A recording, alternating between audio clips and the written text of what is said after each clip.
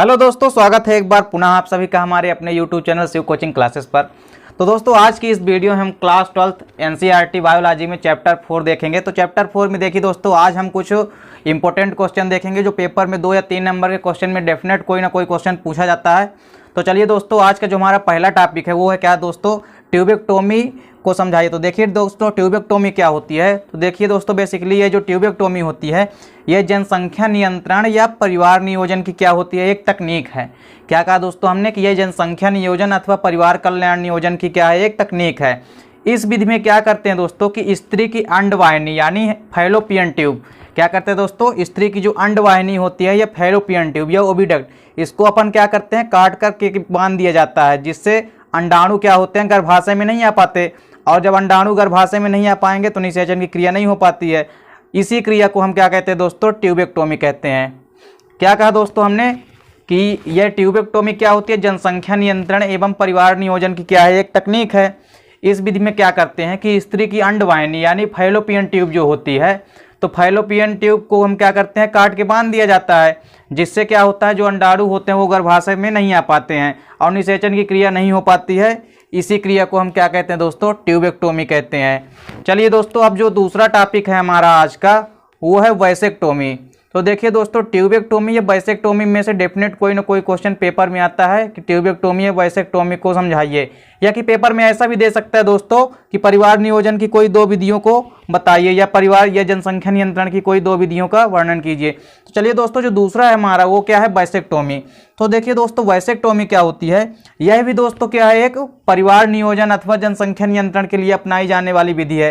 क्या कहा दोस्तों हमने कि ट्यूबेक्टोमी की तरह यह भी क्या है, परिवार नियोजन या जनसंख्या नियंत्रण के लिए अपनाई जाने वाली विधि है। यह विधि बेसिकली दोस्तों पुरुषों द्वारा अपनाई जाती है। क्या कहा दोस्तों हमने, दोनों में यही डिफरेंस है। यहाँ पे क्या है दोस्तों, यह विधि किसके द्वारा अपनाई जाती है, पुरुषों के द्वारा अपनाई जाती है। इस विधि में क्या करते हैं, इस विधि में पुरुषों की शुक्राणु नलिका यानी वास डिफरेंस को क्या करते हैं दोस्तों, काट करके क्या करते हैं दोस्तों, बांध दिया जाता है, जिससे शुक्राणु स्खलन के समय नहीं निकलते हैं। अब जब हम दोस्तों वास डिफरेंस या शुक्राणु नलिका को काट देंगे और उसको बांध देंगे तो आगे जो शुक्राणु है वो आगे नहीं आ पाएंगे, जिससे स्खलन के समय वो नहीं निकलेंगे और निषेचन की क्रिया नहीं हो पाएगी। यह क्रिया क्या कहलाती है दोस्तों, वैसेक्टोमी कहलाती है। आपको समझ में आ गया होगा दोस्तों क्या कहा हमने कि यह परिवार नियोजन के लिए अपनाई जाने वाली एक विधि है। इसमें क्या करते हैं कि पुरुषों की पुरुषों की शुक्राणु नलिका या वास डिफरेंस को काट करके क्या किया जाता है, बांध दिया जाता है, जिससे शुक्राणु क्या होते हैं स्खलन के समय नहीं निकल पाते हैं और निषेचन की क्रिया नहीं हो पाती है। यही क्रिया क्या कहलाती है दोस्तों, वैसेक्टोमी कहलाती है। चलिए दोस्तों, अब जो हमारा तीसरा पॉइंट है आज का वो क्या है, गिफ्ट को समझाइए। देखिए दोस्तों, गिफ्ट क्या होता है। तो गिफ्ट का देखिए दोस्तों, सबसे पहले तो इसका फुल फॉर्म देखते हैं। तो देखिए दोस्तों, इसका पूरा नाम क्या होता है, गैमीट इंट्राफैलोपियन ट्रांसफर। यानी जी से क्या हो गया दोस्तों, गैमीट, आई से हो गया इंट्रा, एफ से हो गया फैलोपियन, टी से हो गया ट्रांसफर। तो देखिए दोस्तों क्या हुआ, इसका पूरा नाम गैमीट इंट्राफैलोपियन ट्रांसफर। देखिए दोस्तों, यह गर्भाधारण की आधुनिक तकनीक है, यानी ये गर्भ को धारण करने की क्या है दोस्तों, आधुनिक तकनीक है। इस तकनीक के द्वारा शुक्राणु कैथेटर में क्या कर लिया जाता है दोस्तों, संग्रहित कर लिया जाता है। इस विधि में क्या होता है दोस्तों कि जो शुक्राणु होते हैं उनको क्या कर लिया जाता है, बाहर कैथेटर में संग्रहित कर लिया जाता है, तथा वाम स्वयं तकनीक के द्वारा क्या करते हैं दोस्तों, शुक्राणुओं को अंडाणुओं के पीछे कैथेटर में संग्रहित किया जाता है। क्या करते हैं दोस्तों, एक तकनीक है, क्या नाम है उसका, वाम स्वयं तकनीक। इसमें क्या किया जाता है दोस्तों कि जो शुक्राणु होते हैं उनको अंडाणुओं के पीछे हम क्या करते हैं, कैथेटर में संग्रहित कर लिया जाता है। यह संपूर्ण क्रिया दोस्तों कहाँ होती है, यह संपूर्ण क्रिया स्त्रियों के फैलोपियन ट्यूब में होती है, फैलोपियन नलिका या अंडवाहिनी नलिका में होती है। यह संपूर्ण क्रिया कहाँ होती है दोस्तों, स्त्रियों की फैलोपियन नलिका में होती है। इस तकनीक द्वारा उन दंपतियों में भी शिशु जन्म संभव हो सकता है। क्या कहा दोस्तों हमने कि इस विधि के द्वारा ऐसी दंपतियों में भी शिशु जन्म संभव हो सकते हैं जिनमें शुक्राणुओं की कम संख्या के कारण निषेचन नहीं हो पाता है। यानी यदि शुक्राणु कम बने हैं और निषेचन नहीं हो पाता, फिर भी इस विधि के द्वारा क्या करते हैं दोस्तों हम कि ऐसी दंपतियों में भी क्या कर सकते हैं हम, शिशु जन्म संभव हो सकता है। क्या कहा दोस्तों हमने किया है, इसका पूरा नाम क्या होता है, गैमीट इंट्राफैलोपियन ट्रांसफर होता है। यह गर्भाधारण की क्या है, एक आधुनिक तकनीक है। इस तकनीक में क्या करते हैं, शुक्राणु को कैथेटर में बाहर संग्रहित कर लिया जाता है, तथा वाम स्वयं तकनीक के द्वारा हम क्या करते हैं कि शुक्राणुओं को अंडाणुओं के पीछे कैथेटर में ही क्या करते हैं, दोनों को संग्रहित कर देते हैं या मिला देते हैं। इस विधि के द्वारा दोस्तों क्या होता है कि ऐसी दंपत्तियों में भी शिशु जन्म संभव हो सकता है जहां शुक्राणुओं के कम विकसित होने पर निषेचन की क्रिया नहीं हो पाती है, वहां भी ऐसे में शिशु जन्म संभव हो सकता है इस विधि के द्वारा। चलिए दोस्तों, तो ये गिफ्ट आपको समझ में आ गया होगा। देखिए दोस्तों, पेपर में कभी कभी पूछा जाता है कि गिफ्ट को समझाइए। चलिए दोस्तों, इसके बाद जो हमारा आज का अगला टॉपिक है वो क्या है दोस्तों, परख नली शिशु या टेस्ट ट्यूब बेबी। तो देखिए दोस्तों, परख नली शिशु या टेस्ट ट्यूब बेबी क्या होती है। तो देखिए दोस्तों, स्त्रियां जब गर्भाधारण करने में योग्य नहीं होती हैं, अर्थात वह स्त्रियां जो गर्भाधारण करने में अयोग्य होती हैं, क्या होता है दोस्तों, तब ऐसी स्थिति में इस परख नली शिशु की तकनीक का उपयोग किया जाता है।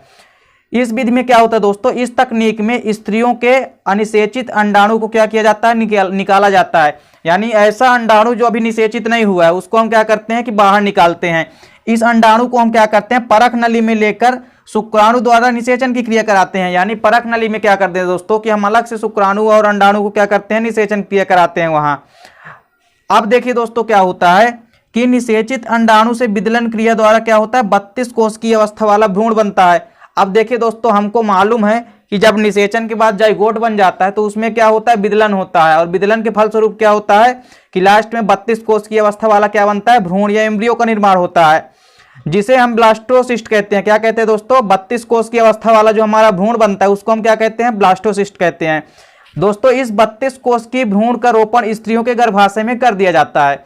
क्या कहा दोस्तों हमने कि जब यह 32 कोष की अवस्था वाला भ्रूण बन जाता है परख नली में, तो इसको हम क्या करते हैं दोस्तों कि इसको हम मादा के गर्भाशय में क्या कर दिया जाता है, संग्रहित कर दिया जाता है, या कि मादा के गर्भाशय में क्या कर दिया जाता है, संग्रहित कर दिया जाता है, इसको यह रोपित कर दिया जाता है, जहां पर भ्रूण का अगला विकास होता है। यानी आगे का विकास फिर कहाँ होगा, मादा के गर्भाशय में होगा, या मादा के गर्भाशय में होगा इसका आगे के भ्रूण का विकास। 32 कोष की अवस्था तक तो कहाँ है दोस्तों, यह इसको हम क्या करते हैं, टेस्ट ट्यूब में निषेचित होने के बाद ये बनता है, तथा इसके बाद 32 कोष की जो भ्रूण होता है हमारा, उसका रोपण हम क्या करते हैं, स्त्रियों के गर्भाशय में कर देते हैं, जहां पर भ्रूण का अगला विकास यानी आगे का विकास होता है इसके, और शिशु बनते हैं, जिसे है परख नली शिशु या टेस्ट ट्यूब बेबी कहते हैं। क्या कहा दोस्तों हमने कि कोई भी स्त्री जब गर्भाधारण करने में अयोग्य होती है तो ऐसी स्थिति में हम टेस्ट ट्यूब बेबी या परख नली शिशु इस तकनीक का उपयोग करते हैं। इस तकनीक में क्या होता है दोस्तों कि स्त्रियों के अनिषेचित अंडे को, यानी ऐसा अंडा या ओवम जो अभी निषेचित नहीं हुआ है, उसको हम क्या करते हैं कि परख नली में लेते हैं तथा शुक्राणु के साथ उसको क्या करते हैं दोस्तों, निषेचन की क्रिया कराते हैं, और निषेचन क्रिया कराते हैं जिससे निषेचित अंडाणु से क्या होता है, विदलन क्रिया होती है। विदलन क्रिया द्वारा क्या होता है, 32 कोष की अवस्था वाला भ्रूण बन जाता है। अब जब यह 32 कोष की अवस्था वाला भ्रूण बन जाता है, इसे हम क्या कहते हैं दोस्तों, ब्लास्टोसिस्ट कहते हैं। तथा इस 32 कोष की अवस्था में ही हम क्या करते हैं दोस्तों, जो भ्रूण हमारा बनता है उसको हम स्त्रियों के गर्भाशय में रोपित कर देते हैं, जहां पर क्या होता है, भ्रूण का अगला विकास होता है, यानी आगे का विकास कहाँ होता है, स्त्रियों के गर्भाशय में होगा, और शिशु बनते हैं, जिसे ही हम क्या कहते हैं दोस्तों, परख नली शिशु या टेस्ट ट्यूब बेबी कहते हैं। तो चलिए दोस्तों, ये तो आपको समझ में आ गया होगा। तो इस प्रकार से दोस्तों आपको परख नली शिशु समझ में आ गया होगा या टेस्ट ट्यूब बेबी। तो दोस्तों पेपर में पूछा जाता है कि टेस्ट ट्यूब बेबी या परख नली शिशु को समझाइए। चलिए दोस्तों, अब हमारा अगला टॉपिक है अंतःगर्भाशयी युक्तियां। क्या कहा दोस्तों हमने, अंतःगर्भाशयी युक्तियां। देखिए दोस्तों, इंग्लिश में हम इसको क्या कहते हैं, इंट्रायूटेराइन डिवाइसेस, यानी IUD। इसका पूरा नाम क्या है, इंट्रायूटेराइन डिवाइसेस, यानी अंतःगर्भाशयी युक्तियां। तो देखिए दोस्तों, यह क्या होता है, यह एक प्लास्टिक, कॉपर या स्टेनलेस स्टील की बनी वस्तु होती है। यानी जो अंतःगर्भाशयी युक्ति है, ये क्या होता है दोस्तों, यह एक प्लास्टिक की या कॉपर की या स्टेनलेस स्टील की बनी एक क्या होती है, वस्तु होती है, जिसको हम क्या करते हैं दोस्तों, गर्भाशय में स्थापित किया जाता है। क्या करते हैं, इसको हम गर्भाशय में स्थापित कर देते हैं।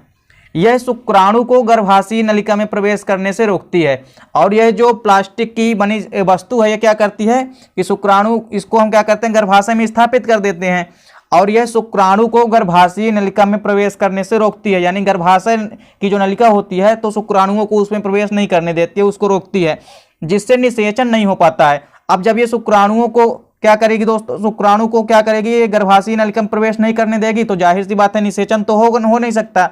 तो जब निषेचन नहीं हो पाता है तथा कॉपर युक्त अंतःगर्भाशयी युक्तियां प्राथमिक रूप से शुक्राणु गतिशीलता को बाधित कर देती हैं। यानी जो शुक्राणु की गतिशीलता होती है उसको क्या करती हैं, ये रोक देती हैं, अर्थात शुक्राणुओं को क्या कर देती हैं, ये क्षतिग्रस्त कर देती हैं रोक के, इस प्रकार दोस्तों गर्भाशय में ये शुक्राणुनाशी का कार्य करती हैं। अर्थात ये जो अंतःगर्भाशय युक्तियां ये क्या करती है, गर्भाशय में जो शुक्राणु होते हैं उनको शुक्राणु का नाश कर देती है, अर्थात शुक्राणुओं को नष्ट कर देती है। तो यह शुक्राणुनाशी का भी कार्य करती है। तो दोस्तों ये अंतःगर्भाशय युक्तियां या आईयूडी या इंट्रायूटेराइन डिवाइसेस आपको समझ में आ गई होगी। क्या कहा दोस्तों हमने कि यह प्लास्टिक, कॉपर या स्टेनलेस स्टील की एक वस्तु होती है जिसको हम क्या करते हैं, गर्भाशय में स्थापित कर देते हैं। यहाँ क्या होता है, यह शुक्राणुओं को गर्भाशय नलिका में प्रवेश करने से रोकती है। ये जो अंतःगर्भाशय युक्तियां हैं तो ये क्या करती हैं दोस्तों, ये गर्भाशय नलिका में शुक्राणुओं को आने से रोक देती है, जिससे क्या होता है जब शुक्राणु आ ही नहीं पाएंगे तो निषेचन की क्रिया नहीं हो पाएगी।